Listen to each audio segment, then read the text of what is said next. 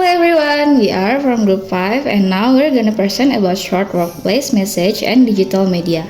Our group consists of 3 members, Muhammad Iqbal, Arif Rahmansyah, and Silvia Agustina.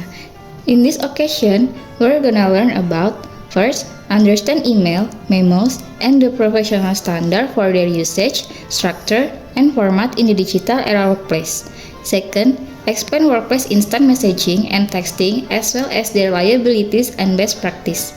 Third, describe how businesses use blogs to connect with internal and external audience and list best practice for professional blogging. And last, define businesses' use of social networking.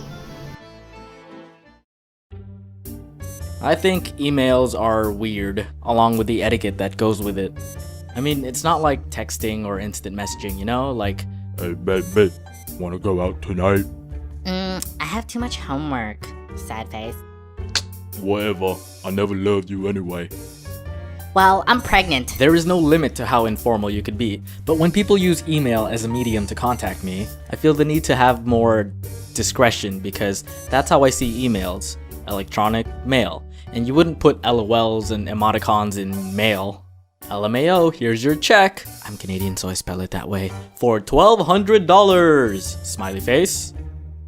Hashtag make it rain. On one hand, I feel the need to sound professional, especially if it's business related. But on the other, I don't want to sound boring and uninterested in the topic.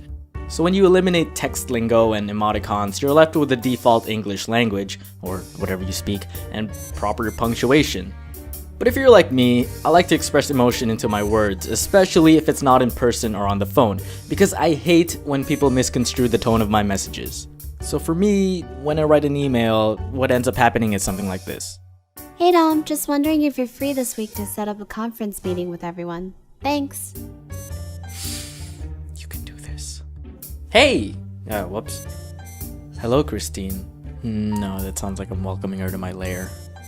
Hello, Christine! Nope. Hey! No. Well, she used an exclamation mark. I guess I will too. Hey! Good, that's good. Yeah, I'm free! No, I just used an exclamation. I don't want to sound like I'm too loud. Yes, I am free. No, I sound like I just escaped prison with a vengeance. Yeah, I'm free. Just let me know what time. Just let me know what time? Just let me know what time!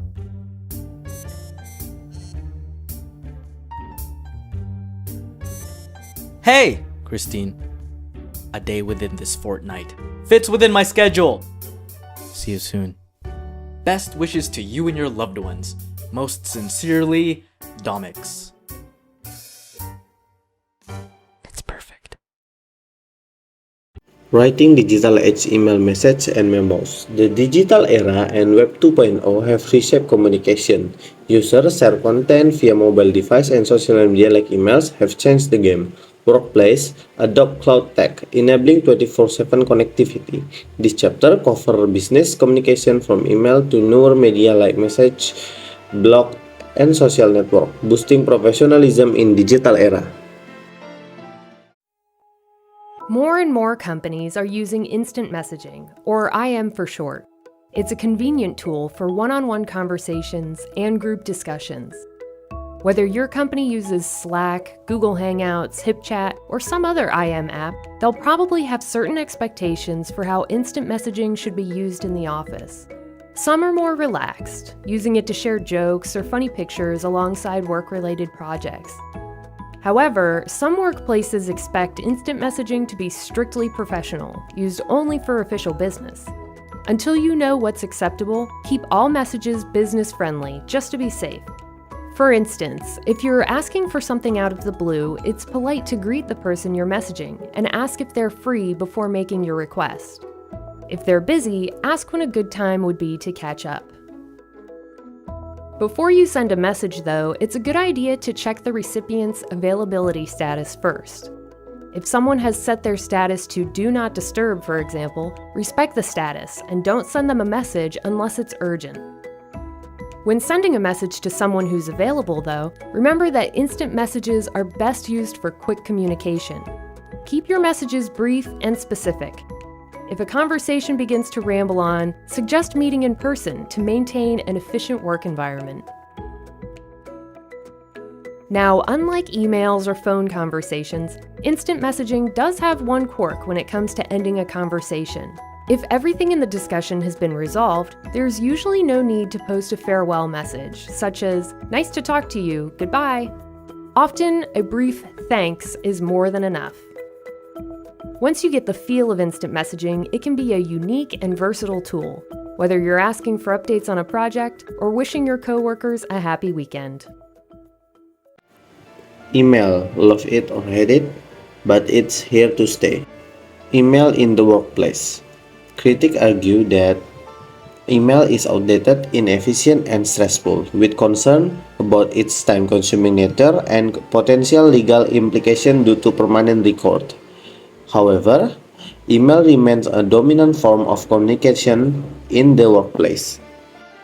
Frequency of email use. Research from the Radicati Group indicates that office workers send or receive an average of 122 email messages per day, which amount to an email exchange every 4 minutes. This data underline the continued significance of email as a communication tool. Enduring performance. Despite the rise of social media, texting, video chatting, and security concerns like phishing, hacking, and spam, email importance in the workplace has not diminished. Even popular collaboration tools like Slack are unlikely to replace email anytime soon. Steady usage. Pew Research showed that email usage among American workers has remained consistent at 69% since 2022, indicating that it has not declined significantly over the year. Mobile emails. Many business people now access their email on mobile device, further emphasizing its relevance and accessibility. Importance of email communication. Given the continued importance of email in professional communication, the text suggests that it's wise to learn how to use email efficiently and professionally. It may require adjustment in communication habit like texting and social media posting. But mastering professional email communication is an achievable goal. Formatting an email request. The first thing you can do is pre-writing. Analyze what the purpose of this email. Anticipate if the message is going to interfere with the work or annoy people. Adapt by using a direct approach beginning with the main idea. Strive for a positive, professional tone rather than an autocratic, authoritative tone. The next thing you can do is drafting. Research and collect secondary information about primary information in other organizations. Organize by begin with the main idea followed by a brief explanation and question. Drafting. Prepare the first draft remembering that the receiver is busy and appreciate brevity. The last thing you can do is revising. Edit and rewrite questions to ensure that they are parallel and readable. Proofread, then decide to ensure that what we deliver will be delivered. Be sure commas follow introductory clause. Check question mark. Evaluate how does this message encourage participatory management. Will the receiver be able to answer the question and provide feedback as requested? Workplace messaging and texting. Instant messaging and text messaging have become powerful tools beyond teens and 20-somethings. Instant messaging enables two or more individuals to use the internet or an intranet to chat in real time by exchanging brief text-based messages. Text messaging or texting is another popular means for exchanging brief messages in real time. Usually, exchanged via smartphone, retexting requires a short message service or SMS supplied by a cell phone service provider or a voice over internet protocol or VoIP service. Increasingly, both instant and text messages are sent from mobile devices, as almost 64% of Americans now own smartphones and many depend on them for online access. Technology behind instant messaging and texting. Many large companies provide enterprise-grade instant messaging secured by a firewall. However, smaller companies and most of us might use a popular smartphone app such as WhatsApp, Facebook Messenger, Key and Key, or WeChat.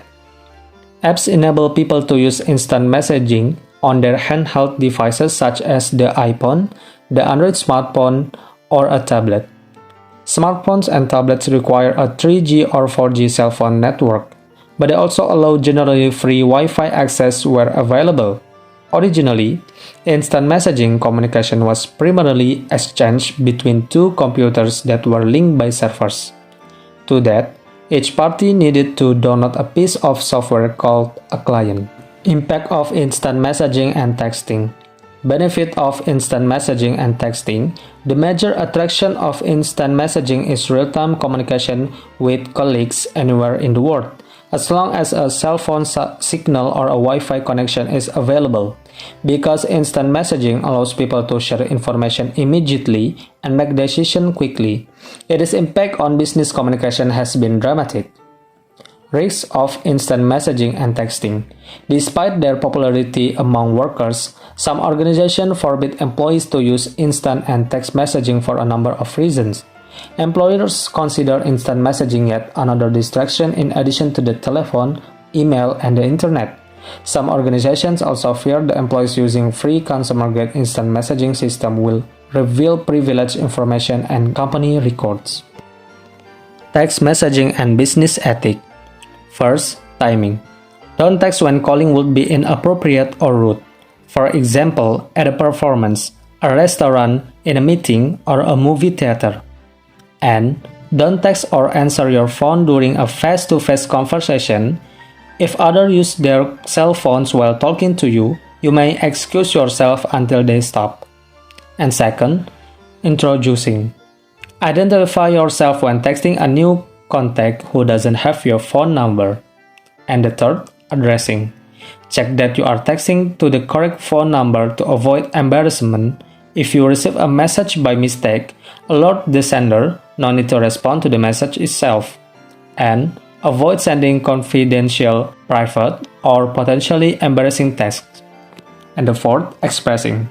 Don't use text messages to notify others of sad news, sensitive business matters, or urgent meetings, unless you wish to set up a phone call about that subject. And the last, responding. Don't expect an instant reply, as with email, we don't know when the recipient will read the message. Summary of this chapter. In the digital era, workplace communication has evolved significantly.